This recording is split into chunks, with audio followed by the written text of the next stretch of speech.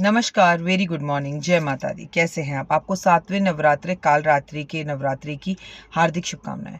माँ कालिका आपके जीवन में सुख लेकर आए। ये रूप माँ का सबसे ज़्यादा क्रूर रूप है, गुस्से वाला रूप है, जिसमें उनकी बड़ी बड़ी आंखें हैं, लपलपाती जीभ है। जब माँ सांस लेती है तो उसमें से अग्नि निकलती है। लेकिन हमारे लिए या आपके लिए नहीं, आपके और हमारे लिए तो उनका रूप सौम्य ही है।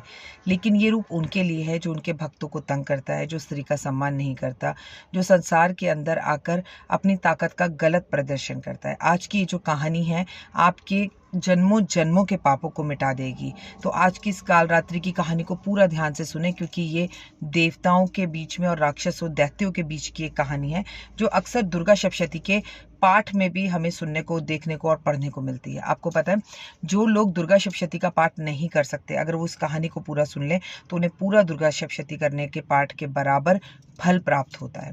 तो बोल जय माँ कालरात्रि की। कैसे हैं आप लोग? मैं डॉक्टर वायरा की आपका स्वागत अभिनंदन करती हूँ। सबसे पहले कमेंट्स में जाके जय माता दी जरूर लिखिए, कालरात्रि मैया की जय।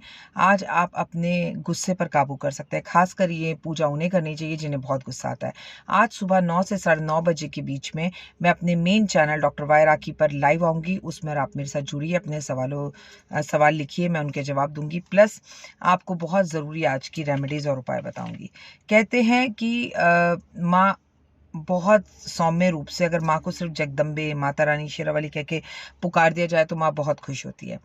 इंद्र के शासन पर, इंद्र के महल पर पूरी तरह से शुभ और निशुभ दैत्य ने कब्जा कर लिया था और इंद्र बड़े परेशान हुए। सभी देवताओं को इकट्ठा कर कर इंद्र कैलाश पर्वत पर पहुंचे और शिव की स्मृति करने लगे, क्योंकि माता रानी ने उन्हें वरदान दिया था कि जब भी तुम मुझे याद करोगे, मैं हमेशा तुम्हारा साथ देने और तुम्हें कष्टों से बचाने के लिए आऊंगी।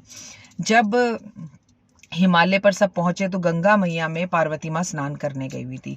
जैसे गंगा मैया से पार्वती माँ स्नान करके बाहर निकली तो उनमें से शिव रूपी एक मैया निकली और उन पार्वती माँ ने पूछा, ये किसकी स्मृति कर रहे हैं? तो पार्वती माँ को शिव रूपी मैया ने कहा कि ये आप ही की स्मृति कर रहे हैं, आप ही का भजन ले रहे हैं, डरे हुए हैं, बहे हुए, डरे और भय से कांप रहे हैं, क्योंकि शुभ और निशुभ के सताए हुए हैं। इनकी मदद करो, क्योंकि इंद्र का आसन शुभ और निशुभ ने छीन लिया। माँ ने कहा चलो कोई बात नहीं। उसी टाइम माँ के अंदर से एक देवी निकली, अपराजिता देवी। अपराजिता देवी की ये सब आराधना कर रहे थे। अपराजिता देवी वो देवी हैं जिन्होंने सभी देवताओं को ये वरदान दिया था कि जब जब मेरी स्तुति करोगे, मेरा नाम लोगे, मैं तुम्हें कहीं पर भी पराजित होने नहीं दूंगी, तुम हमेशा विजयी रहोगे। तो मेरा स्मरण करते रहना। अंबिका माँ पार्वती के अंदर से निकली। अंबिका जैसे ही निकली तो माँ पार्वती ने कहा जाओ देवी देवताओं के साथ और शुभ निशुभ को अच्छे से सबक सिखाओ। अंबिका युद्ध में पहुंच गई और चंडमुंड ने, शुभ और निशुभ ने चंडमुंड को भेजा। जब शुभ और निशुभ ने चंडमुंड को भेजा तो अंबिका ने उनको पूरी तरह से मार दिया, खत्म कर दिया, दैत्यों का नाश हो गया। ये बात शुभ निशुभ को पता चली तो उन्हें बहुत गुस्सा आया और उन्होंने इस बार रक्त बीज को भेजा। रक्त बीज एक ऐसा राक्षस था जिसने देवताओं से वरदान ले रखा था। उसका रक्त जब जब जमीन पर गिरता था तो कई राक्षस पैदा हो जाते थे। तो भाई वो जो है बड़े परेशान लोग सब जो है माँ की स्तुति करने लग गए। इतने में माँ अंबिका ने काल देवी का निर्माण किया और काली देवी से कहा कि इनका रक्त जो है, रक्त बीज का, जमीन पे ना गिर पाए, इस बात का तुम ध्यान देना, इसका सारा रक्त पी जाओ ताकि और राक्षस जन्म ही ना ले पाए। और कालिका ने एक बड़ा सा विशाल मुंह किया और वो जो है किसी भी तरह से रक्त बीज का रक्त पी गई और उनको जो है इस कष्ट से उन्होंने निकाला। रक्त बीज का रक्त जब धरती पर नहीं गिरा तो सारे देवी देवता बचने लग गए। इतने में चंडमुंड को भी माता ने मार डाला और चंडमुंड को माँ ने मार कर देवताओं से ये वरदान लिया कि कालरात्रि जब भी कष्ट होगा, तकलीफें होंगी, जब भी गुस्सा बहुत आएगा, जब भी कोई देश और सृष्टि का बुरा करेगा, तो कालरात्रि मैया उससे हमें, उन राक्षसों से हमें बचाएंगे। तो कोरोना नाम का ये जो राक्षस है, इससे भी अगर हमें सही मानों में बचना है तो आज हमें देश और दुनिया के नाम पर कालरात्रि मैया की पूजा करनी चाहिए और एक दिया ज़रूर जलाना चाहिए। कालरात्रि मैया की 4 भुजाएं हैं, बहुत काला रूप है और गले में मुंड माला है। इनकी माला, मुंड माला जो है, रात को चंद्रमा की तरह चमकती है।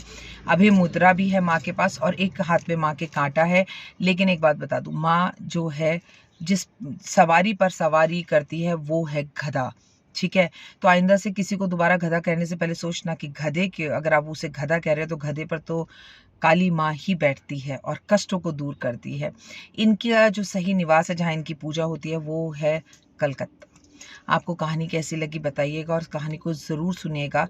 और देश से कोरोना भागे इसलिए आज माँ के समक्ष एक सरसों के तेल का दिया ज़रूर जलाइएगा। जय माता दी।